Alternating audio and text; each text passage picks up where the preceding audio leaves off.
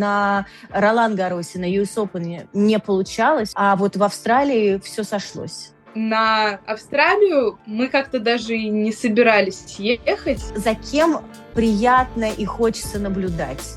Мой любимый игрок — это Арина Соболенко. Ведя 3-0, была получена какая-то травма. Затейпировали, замотали, но это не сильно мне помогло. Очень круто умеете контролировать свои эмоции на корте. Все замечают, что я очень эмоционально себя веду. Мира Андреева тоже финал Австралии проиграла. Много людей, кто так сказал. Нам удалось наконец-то познакомиться. Будем за вами следить. Друзья, всем привет! Настала моя любимая пора в профессии. Вот в проекте больше всего на свете люблю общаться с юными, молодыми игроками. И у нас на прямой связи Катя Тупицына, финалистка Australian Open, очень яркая, интересная девушка с классной историей и теннисной, и не только теннисной. И мне кажется, вот за это время, за нашу беседу, за наше интервью мы попробуем познакомиться поближе. Во-первых, Катя, здравствуйте, я очень рада вас приветствовать. Поздравляю просто с фантастическим выступлением в Австралии. Знаю, что вы сейчас в Москве.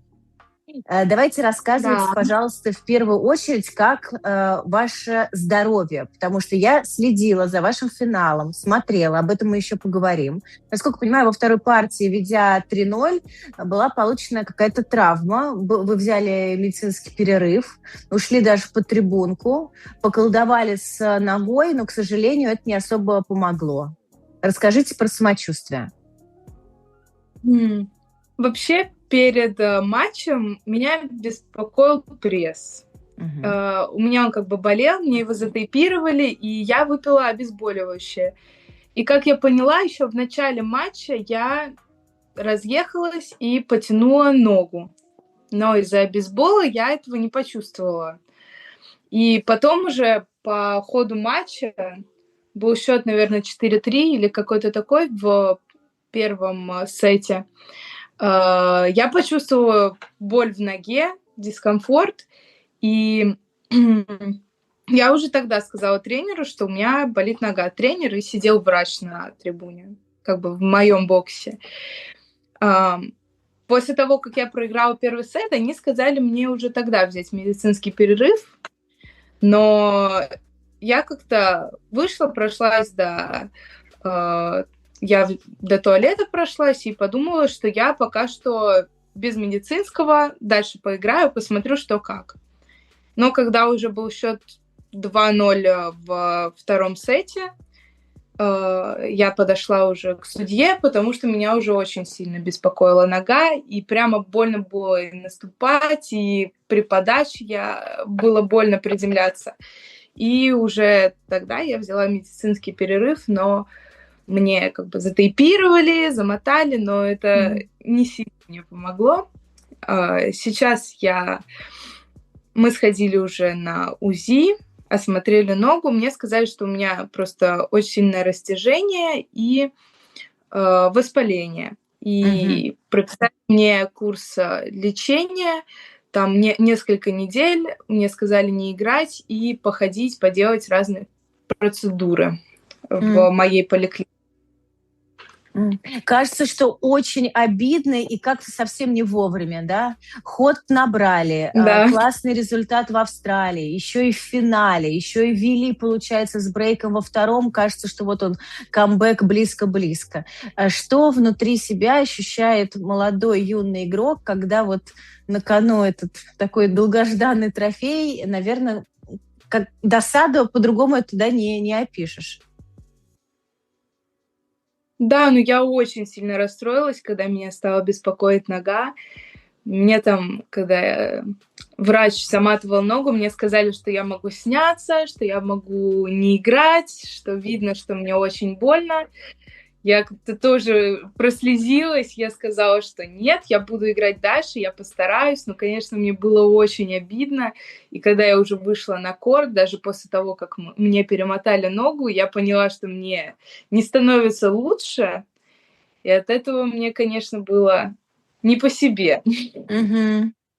Но я, кстати, думала, когда смотрела уже после матчевую вот эту церемонию, мне самой было так обидно, знаете, за вас. А думаю, господи, ну вот сейчас вот бедный ребенок, сейчас бы только бы не держаться, там, не разрыдаться, потому что понятно, какие сильные эмоции, но могу сказать, что вы держались очень профессионально, улыбались, поздравляли соперницу. Ну, лицо держать получилось.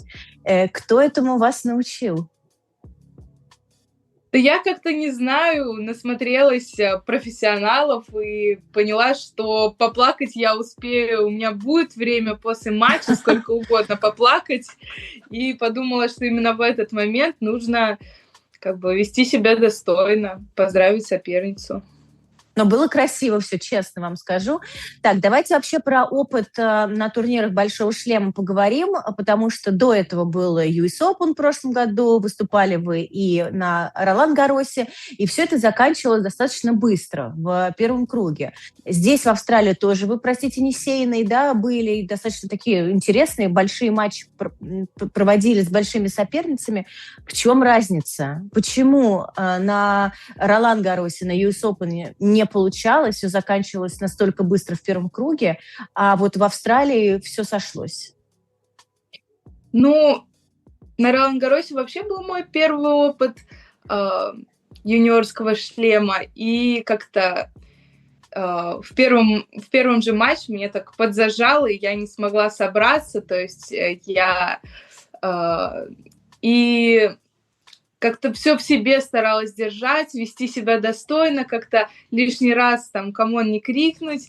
И это мне и помешало, что я как бы все эмоции держала в себе, и как бы меня сковало, и из-за этого я не показала даже, я не знаю, не показала своего тенниса вообще. А на US Open я уже полетела с тренером. На Ролан-Гарросе я была с тренером, которого отправила федерация. Вот. А на US Open я была с тренером из академии, с которым я также... Это не мой личный тренер, но с ним я тренировалась где-то за 2 недели до того, как улететь. И мне было уже покомфортнее. Он более-менее уже меня знал. И меня тоже как бы сковало, так как большой шлем, трибуны, вот эта атмосфера. Сначала я себя чувствовала некомфортно, но потом как-то удалось разыграться. Но все равно вот это вот я ввела там в 3-м сете, когда она взяла медицинский и как-то там новые мячи, еще что-то. И, в общем, не удалось справиться с нервами. От большого желания, так скажем, я и проиграла тогда. А на Австралию мы как-то даже и не собирались ехать. Федерация сказала, что будет финансировать билеты, что оплатят все дополнительные расходы, может быть, на питание, и поможет с визой. И как-то мы даже не планировали Австралию, и как-то моментально это произошло. И я уже ехала просто там не показать результат, ничего, а просто как бы сыграть. Просто получить удовольствие от игры.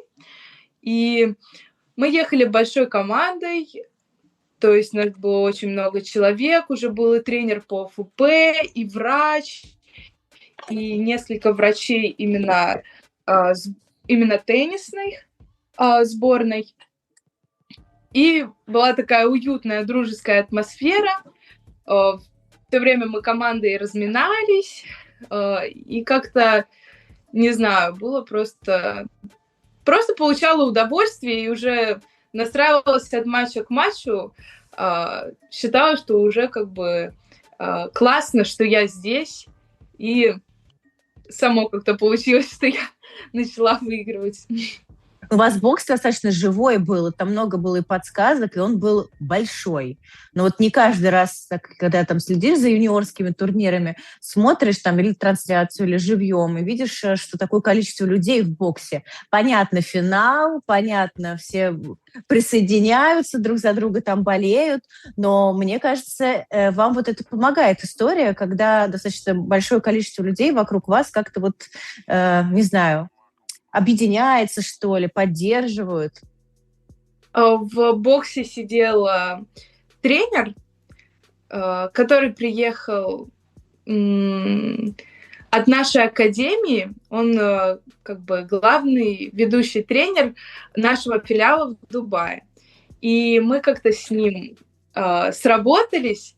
И вот эти вот 2 недели, то, что я была, он мне и подсказывал, ходил на мои матчи, Георгий Салбиев, и мы как-то с ним прям сработались, и он знал, что мне подсказать в нужный момент, знал, что мне сказать. Именно мы как-то понимали друг друга.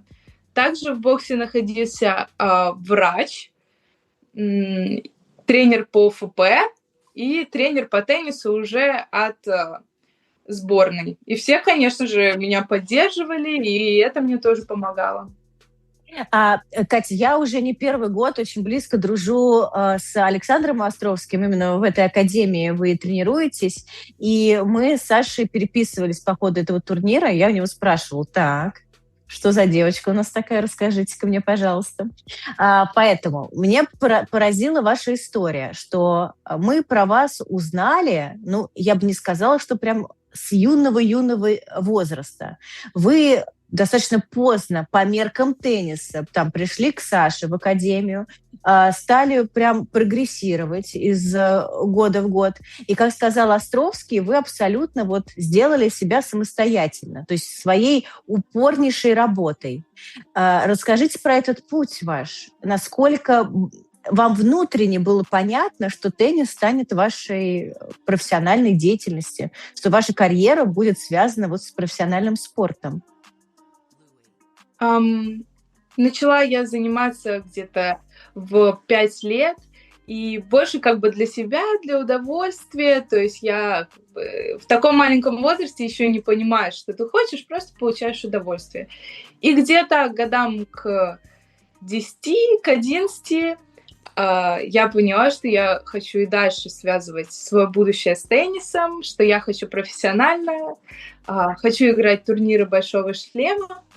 И в 13, по-моему, лет меня мои родители увидели на первенстве России, когда я играла, что приезжала большая команда из Островского, и девочки тогда очень хорошо играли. Марта Макарова тогда выиграла первенство России. И папа предложил нам перейти в академию как раз, на что как бы мы испугались, потому что это что-то новое такое, что будет. Вот. Но по итогу мы перешли в академию, и нам там очень понравилось. И уже как бы я поняла, что я уже прям профессионально, у меня такой там режим, тренировок много, намного больше, и уже тогда я прям точно поняла, что это мое, что я хочу как профессионал, в будущем хочу играть. Слушайте, а вы с проживанием там тренировались, либо все-таки уезжали? Потому что, насколько я знаю, мне Саша рассказывала, что изначально отбор на программу там «Авангард», да, которая покрывает там большую часть оплаты, вы не прошли. То есть вам нужно было условно заслужить вот это место, и вот своим трудом как раз через пару лет вам удалось это сделать. Но сначала вы пришли, там, как Саша сказала, как любитель, да, как ребенок, который там любительски занимается теннисом. Ну, на «Авангард» я опоздала, так как у них был последний год, и мне уже не было смысла туда идти. Вообще нас хотели отправить на отбор, но Алексей Павлов, мой текущий тренер, заметил моих родителей на ресепшене уже в академии, и по фамилии я тогда обыграла его ученицу. Он как бы узнал по фамилии, кто я, и сказал, что отбор не нужен, что вот у нас новая программа, называется JTT, и вы можете перейти туда. И изначально я жила там в академии. Я прожила там, мне кажется, год. После этого мы поняли, что мне там не понравилось, как бы, что много людей и так далее. Я люблю, когда я могу там со своими мыслями посидеть там, поспокойнее, когда обстановка, и мы сняли квартиру рядом с академией, и я там жила с девочкой. Ну, точнее, год я так жила, их сменилось 3 вот за этот год. Кто там, они все перешли. Вот, и я там жила вот с этими девочками, и на выходные приезжала к родителям. Потом я жила полгода с сестрой.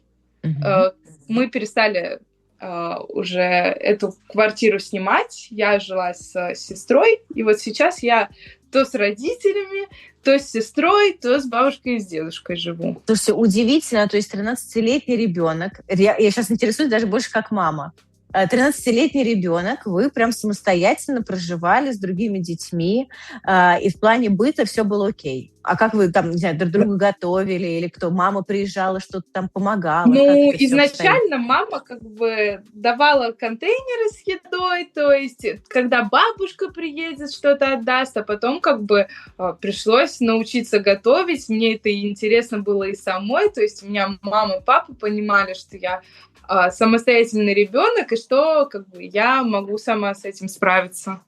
Класс. Видите, теннис какие скиллы открывает в 13-летних подростках. Насколько я понимаю, тоже, когда смотрела ваши матчи, даже в записи в Австралии готовилась к нашей беседе, вы очень круто умеете контролировать свои эмоции на корте. То есть так, они есть. Нет, ну, безусловно, вы живой человек. Но кажется со стороны, что я много раньше смотрела юниорского тенниса, там прям сразу вот бурлит все, прям видно, что молодой игрок на корте. Вот у вас, как мне кажется, таким любительским взглядом, с этим все очень хорошо. Вы так прям в себе, какой-то там диалог внутренний ведете, можете не показать виду, что сложно. Это связано с тем, что, вот как вы сказали, вы, наверное, ближе к интровертам, чем к экстравертам. Я вот сейчас улыбаюсь, потому что у меня как раз с этим проблемы, и наоборот, меня всегда ругают, что я как бы очень эмоциональна на корте, но именно на этом турнире, когда я понимала масштаб, понимала, что каждое мое действие видят, я была предельно сосредоточена, и, возможно, это итог еще работы с психологом, конечно же, и как бы каждодневной работы с собой. Потому что обычно наоборот, все замечают, что я очень эмоционально себя веду. Кать, я сужу по турниру в Австралии, потому что была такая возможность посмотреть, слава богу, и вот я поразилась, потому что я и смотрела, получается, ранние матчи, и мне так показалось, что, боже мой, это что такое? Я поэтому с Сашей и писала, и спрашивала, что это, кто это, кто-то, расскажите. Расскажите, опять-таки, вот про эти эмоции. Как вам кажется, после этой Австралии что-то внутри поменяется у вас? Я, конечно же, очень рада, и все мои родственники, все меня поздравили, очень рады за меня, но как бы я сама сейчас очень рада, расстроена, что в финале не смогла показать все, на что способна, из-за ноги, из-за моего такого состояния. Но я буду работать дальше. Я думаю, что как бы внутри во мне ничего не меняется. Это далеко не предел. И буду работать дальше, не сбавлять.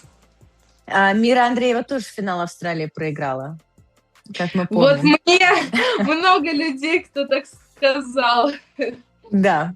А есть такая история, что вот ее этот путь, который был там, буквально, не знаю, 2 года назад, да, ей сейчас 18, сейчас будет 19, вот он как-то вдохновляется, и вы видите, что это реально там за достаточно небольшой промежуток времени и даже небольшое количество турниров.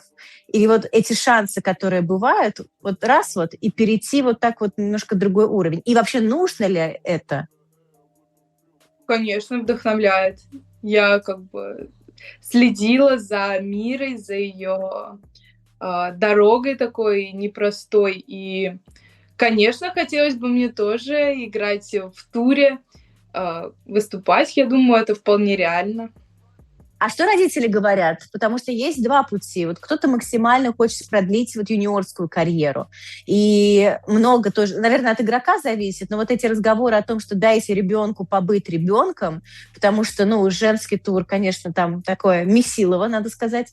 Либо мама с папой готовы, что вы, может быть, даже быстренько из гнезда выпорхнете. Вот какая правильная сейчас стратегия для вас?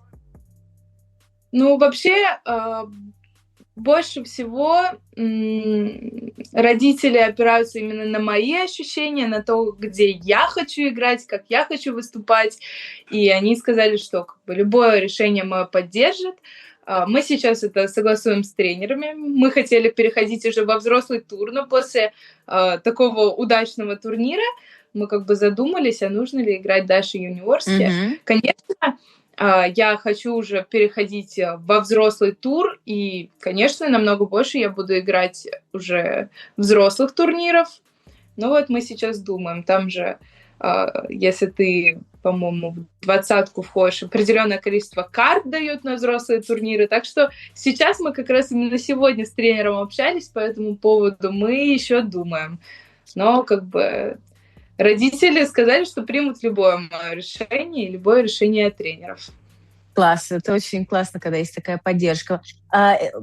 Что вообще знаете и думаете по поводу вот этой новой системы переходов от юниоров во взрослый тур? Потому что еще пару сезонов назад такого не было. Те самые карты, про которые мы говорили. Я знаю, что вот, допустим, у ребят, у юниоров большое количество ребят, которые играли фьючерсы, ну, взрослых, да, мужчин, скажем так, когда появилось это правило новое, что дают карты и как раз классным юниорам, были категорически против и говорили, что, ну, это как бы саму концепцию этих фьючерсов теряет. У девушек другая абсолютно история, связанная с переходом во взрослый тур. Вот что вы думаете, была бы, если бы не было, точнее, вот этой системы, был бы этот путь сложнее? Ну, конечно, этот путь был бы сложнее, но мне кажется, что это правильно, потому что, входя в ту же сотку, в 50, в 20-ку, ты вкладываешь очень большие усилия, и, конечно, хочется, чтобы эти усилия были не напрасными, и такая помощь очень кстати. И, ну, мне кажется, что правильнее как раз-таки давать юниорам шанс, возможность уже в основной сетке выступать, потому что, играя в квалификации, там, в предквалификации, ты тратишь тоже очень много усилий. Да, а не страшно? Вот как по ощущениям? Вот все равно, вот тоже я с мальчиками говорила, с тем же Яриком Деминым, когда он тоже заканчивал свою юниорскую карьеру, он говорил, что такая разница большая физически. Вот ты выходишь на корт против мужчины уже, да, взрослого, там тебя просто сносят. Вот у девочек как вы ощущаете? У девочек больше, когда играешь по юниорам, больше чувствуется силовая игра такая. Силовая, напористая прямо, эмоциональная игра. А когда играешь со взрослыми, они больше как-то ментально играют. То есть они как-то твою силу используют, и все играют очень разнообразно. И то есть ты можешь вести 5-0, и все может поменяться по одному щелчку. Вот, то есть они прям чувствуется, что они очень сильны именно психологически. Так, кто для нас ролевая модель сейчас на корте? Вот давайте или соберем идеальную теннисистку прямо сейчас из разных игроков, либо есть конкретный игрок, на кого, я ненавижу это слово, равняемся, но за кем приятно и хочется наблюдать? Ну, вообще, мой любимый игрок — это Арина Соболенко. Мне очень нравится, она как-то меня именно напоминает вот эмоционально, так скажем, и теннис у нее такой активный, то есть мне она прям импонирует. Так, это прям идеал, да? Хотелось бы с ней сыграть. Вообще, с кем был уже опыт выхода на корт? Ну, может быть, просто какая-то тренировка или обмен ударами. Тем более был шлем все-таки. Ну, вообще, именно с профессионалами мне не давали такой возможности, но в моей академии я тренировалась с Катовым. Но я поиграла с ним час, и, конечно, мне очень понравилось. Так мы активно провели эту тренировку. Очень классно. А с кем из девочек хотелось бы тоже вот поиграть? Не знаю, может быть, почувствовать Арину, как она бьет по мячу, вообще какие-то скорости ощутить, или там подача Рыбакиной, попробовать тоже. Давайте назовем несколько имен. Ну вот как раз с Ариной я бы очень хотела сыграть. Может быть, как раз-таки постучать с Мирой тоже. Вот вы пока думаете, тоже у меня такой в завершении вопрос, наверное. Тенденция сейчас юниорского тенниса, вы сказали, это больше такая силовая игра, да? То есть, получается, для девчонок сейчас, вот опять-таки, это ролевая модель, это Арина Соболенко. Как вам кажется, вот в это направление? И, как вам кажется, почему? И, возможно, уже переходя на взрослый уровень, немножко это менять. И нужно ли это менять? Да, больше силового тенниса, так как юниоры как бы растут, смотрят на профессионалов, хочется быть сильнее, вот, больше, прям очень сильно бить по мячу, тем более растешь. И, конечно, уже когда какой-то определенный возраст приходит, понимаешь, что не всегда такая тактика правильная, что иногда лучше как-то сыграть хитрее, чем тратить много усилий, чтобы прям силой выбивать. Кать, сколько еще времени нужно для восстановления? Что врачи говорят? Сколько еще без тенниса придется нам прожить? Ну, вообще сказали, что восстановление 3-4 недели, скорее всего, будет длиться. И сказали вот сейчас не тренироваться и быть как бы в покое. Но я думаю, что я дней 10 отдохну, и дней через 10 я уже хотя бы со стула хотя бы буду играть. Со стула, я поняла. Ну, как Хольгер Руне. А там посмотрим на мое состояние, как у меня будет нога, и уже решим. Так, ну в таком случае я не давлю про планы, не спрашиваю, а просто вас сердечно благодарю и прям желаю удачи. Пусть все получится. Родителям большой привет. И спасибо большое, что так вот нам удалось наконец-то познакомиться. Будем за вами следить. Спасибо.